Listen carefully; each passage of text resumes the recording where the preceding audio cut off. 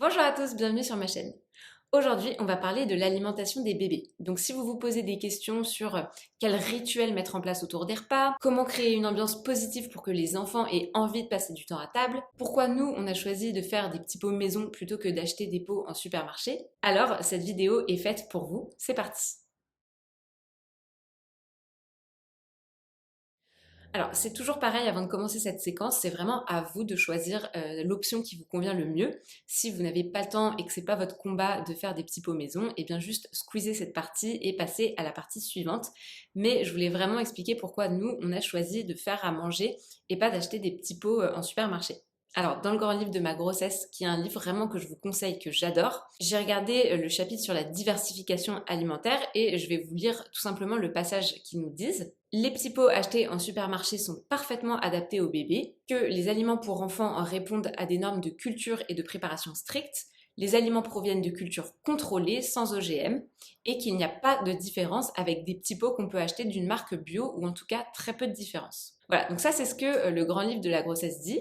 Cependant, quand on regarde la CLCV, donc c'est l'Association de défense des consommateurs et des usagers, ils viennent de publier un rapport en octobre 2023 et qui nous dit qu'il y a beaucoup trop de sucre ajouté et d'additifs dans les aliments pour bébés vendus en grande surface. En fait, ils ont fait une étude sur 200 produits infantiles dans 9 enseignes différentes et on nous dit qu'il y a 30% des références étudiées qui contiennent du sucre supplémentaire, donc du miel ou du sucre, et qu'on trouve 38% d'additifs. Donc moi personnellement, c'est des chiffres que je trouve assez inquiétants, surtout quand on communique sur les packagings qu'il y a 0% de sucre transformé, ajouté, etc. Le bilan qu'ils font, il est très simple. Ils nous disent que la réglementation européenne n'est pas assez stricte et qu'elle doit être très rapidement modifiée. Là, on parle de la nourriture infantile, des petits pots et tout, mais quand on regarde pour les enfants un peu plus grands, tout ce qui est céréales, yaourts, snacks, la dose de sucre ajoutée est vraiment hyper inquiétante. Donc même si vous avez marqué diminution de sucre sur le packaging, ça veut absolument rien dire. Et si vous voulez en savoir plus justement sur pourquoi le sucre transformé c'est vraiment un fléau, je vous invite à regarder ce documentaire sur Arte qui s'appelle Sucre, le doux mensonge et qui explique très bien tout ça. Donc nous personnellement on a décidé de faire nos petits pots maison pour justement choisir ce qu'on va lui donner. Ça veut pas dire qu'on lui donnera jamais de sucre, ça veut pas dire qu'on lui donnera jamais de petits pots achetés en supermarché, mais en tout cas on essaye de contrôler un petit peu ce qu'on lui donne. En tout cas je trouve qu'aujourd'hui avec les robots qu'on a, c'est vraiment hyper facile. Enfin, nous on a un baby cook et un autocuiseur et vraiment en 1 heure et demie j'ai fait tous les petits plats salés et sucrés pour la semaine, donc ça va vraiment vite. De plus, si vous achetez des légumes bio au marché, vous allez avoir des conseils du marchand, il va vous dire bah là c'est plutôt la période des choux, donc vous allez faire aussi des repas en fonction des aliments de saison, et vous allez aussi pouvoir découvrir des légumes que vous avez peut-être un petit peu oubliés ou jamais cuisinés. Et vraiment, je termine cette séquence en vous disant que nous, on a décidé de faire à manger, mais si un jour j'ai pas le temps de faire la popote parce que j'ai une semaine de taf trop chargée, ou que j'ai des impératifs, ou que je suis en vacances et que j'ai pas envie de m'embêter, eh bien je lui donnerai des petits pots que j'achète en supermarché d'une marque bio et puis basta. Enfin, c'est toujours cette question de trouver un juste équilibre et moi encore une fois, j'essaye pas de vous convertir ou de vous convaincre, je vous donne juste notre témoignage. Donc pour que les repas se déroulent bien, vous pouvez mettre en place des rituels et des routines, un petit peu comme quand vous allez coucher votre bébé ou lui donner le bain. Donc les routines, ça marque vraiment le déroulement de votre journée. C'est par exemple le faire manger à heure fixe. Les bébés, ils adorent ça parce que ça leur donne un cadre et ça les rassure au même titre que nous. Les rituels, c'est tous les gestes, les actions que vous allez devoir faire. Les rituels quand vous avez un bébé durent environ 5 minutes. C'est vrai que les rituels, ils sont un petit peu plus abstraits à ce moment-là, mais ça va être par exemple de lui dire que son biberon est bientôt fini, de lui expliquer ce qu'il mange, de lui faire des caresses, de lui raconter votre journée pendant qu'il mange, etc. Les rituels, quand ils sont plus grands, ils vont même démarrer avant de manger, par exemple, de lui montrer comment vous faites à manger, de lui faire mettre la table, de débarrasser, de se laver les mains avant de passer à table, toutes ces petites choses-là. Il existe aussi des rituels qui marquent votre jeunesse. Par exemple, nous, quand on était petits, ma mère, elle nous faisait saucisserie ratatouille tous les mercredis midi. Et j'adorais ça, et vous voyez, ça m'a marqué, je m'en souviens encore, et c'était vraiment un repas que j'appréciais.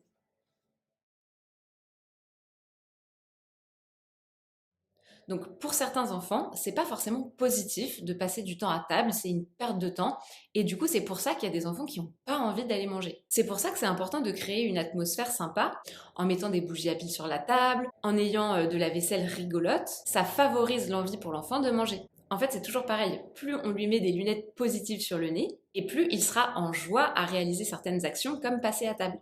En tout cas, plus tard aussi, le fait de manger en famille, c'est très bien parce que ça montre à l'enfant comment bien se tenir à table et reproduire les gestes que vous faites.